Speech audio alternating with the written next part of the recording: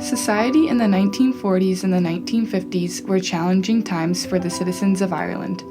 The fractured economy affected every demographic, including men and women, young and old, educated and unskilled. Job prospects were at an all-time low, especially in Bornacura, Ballygar, County Galway, where my grandfather, Michael Cummings, lived.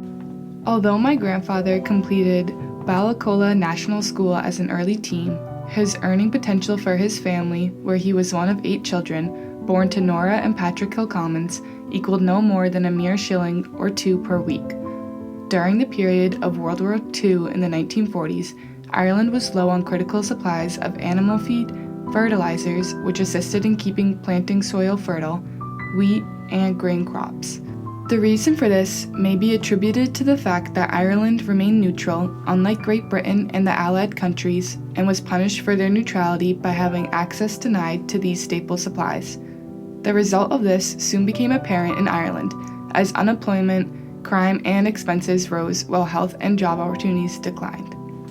Many Irish citizens emigrated to countries such as Australia, England, and the United States to find better opportunities.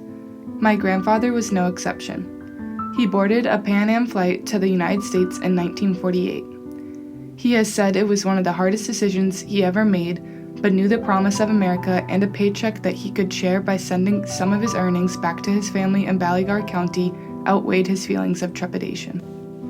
The fabric of an Irish immigrant's nationality was woven in cultural traditions such as dances, songs like The Minstrel Boy and A Nation Once Again, sports such as Gaelic football, hurling, and rugby, and poetry by writers like George Bernard Shaw, Seamus Heaney, and Samuel Beckett.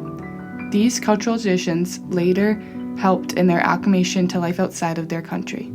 Upon arriving in Boston, my grandfather was sponsored by his Uncle Mike, who was an affable and easygoing man that truly believed in assisting the next generation of nephews and nieces with their ambition of making a better life for themselves and their families back in Ireland.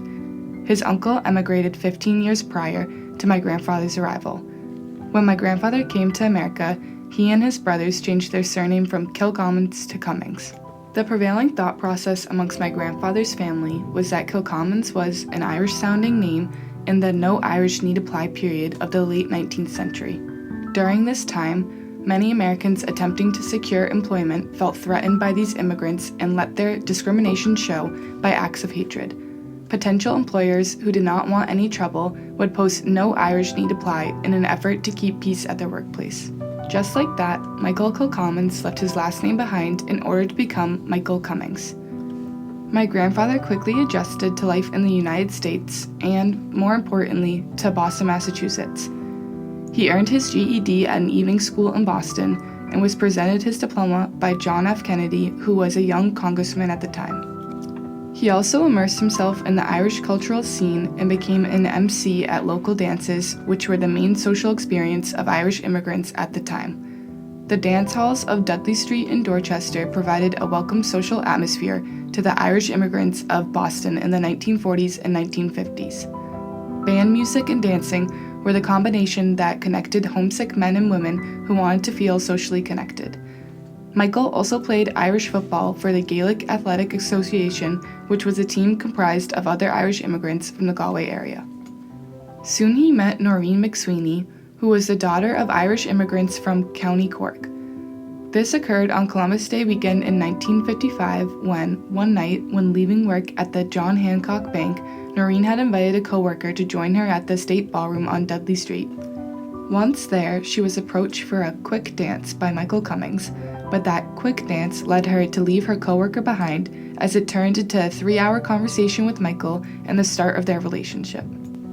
After dating for several months, the two became engaged and later married on September 14, 1957. The pair initially settled down in Wollaston, Massachusetts. However, they later decided on moving to Milton, Massachusetts in the late 1960s. After this, they went on to have 4 children, which kept their lives extremely busy. The youngest of the children was my mother, Karen. My grandfather's busy life also included working at the Boston Gas Company during the week and selling condos for the Flatley Company on the weekends. In addition to this, He was a part of a group of local political leaders in the late 1980s who worked on immigration reform. His work with Senator Brian Donnelly and Edward Kennedy helped to enact the Donnelly visas for young immigrants entering America. One of his final accomplishments was becoming a member of the Irish Famine Memorial Committee. This committee helped establish a statue in the city of Boston that depicts the darkest period in Ireland's history, the famine. His name appears on the base of this monument as an everlasting reminder of just how much his Irish heritage meant to him.